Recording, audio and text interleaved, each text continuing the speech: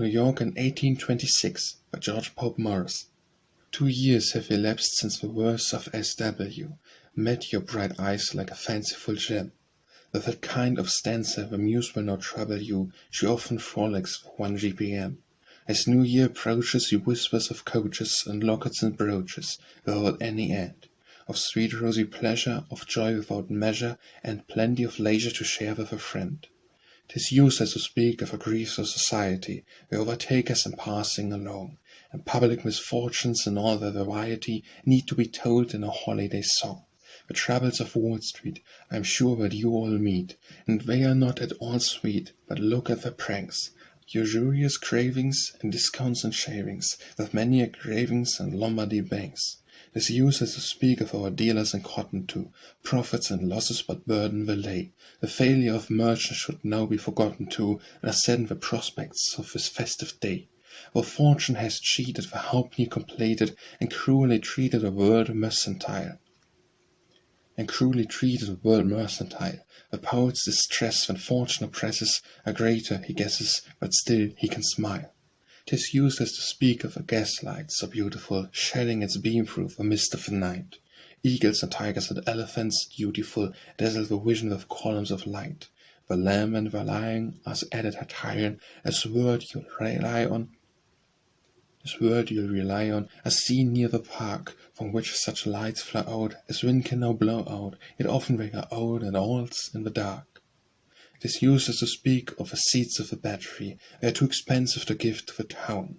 When our aldermen think it such flattery, if the public have leaved it to sit down, our fortune to harden, they show Castle Garden. Kind muses, your pardon, but rhyme it I must. The soldiers were drilling you now must be willing to pay them a shilling, so down with the dust. 'Tis useless to speak of our writers poetical, of Halleck and Bryan and Woodworth. To write were ours whose traits are political, Snowden, Townsend, and Walker and Wright. There's Lang the detector, and Coleman the Hector, and Noah the protector and judge of the Jews, and King the accuser, and Stone the abuser, and Grimm the confessor of morals and news. 'Tis useless to speak of the many civilities shown to Fayette in this country of late, or even to mention the splendid abilities Clinton possesses for ruling the state. The union of water and the Erie bright daughter, since Neptune is quarter whales, ever no more. And Greek and the troubles, rhyme always doubles, have vanished like bubbles that burst on the shore. 'Tis useless to speak of the Broadway and the Bowery, both are improving and growing so fast. Who would have thought that all Stuyvesant's dowry would hold in its precincts a playhouse at last? Well, wonder near Jesus but daily increases, and pulling to pieces the town to renew, so often engages the thoughts of our sages, that when the fit rages, what will they not do? 'Tis useless to speak of the want of property, reforming our cities are crooked and long, our anchor stars, bless them, are fond of variety, 'tis naught to say that the way ever were wrong. O strangers may grumble, and through streets and stumble, take care they don't tumble through crevices small, for trapdoors we've plenty on sidewalk and entry, and no one stands sentry to see them don't fall. 'Tis useless to speak of amusements of various, of opera singers that few understand, of keen reputations so sadly precarious when he arrived in this prosperous land. The public will hear him, and hark, how it cheer him. For editors gee him, we all must believe, he pockets the dollars of sages and scholars, of course when it follows, he laughs in his sleeves. 'Tis useless to speak, but just put on your spectacles, read about Chatterman Peel's splendid show, where Scudder and Dunlap they both have receptacles, which I assure you are know all the go.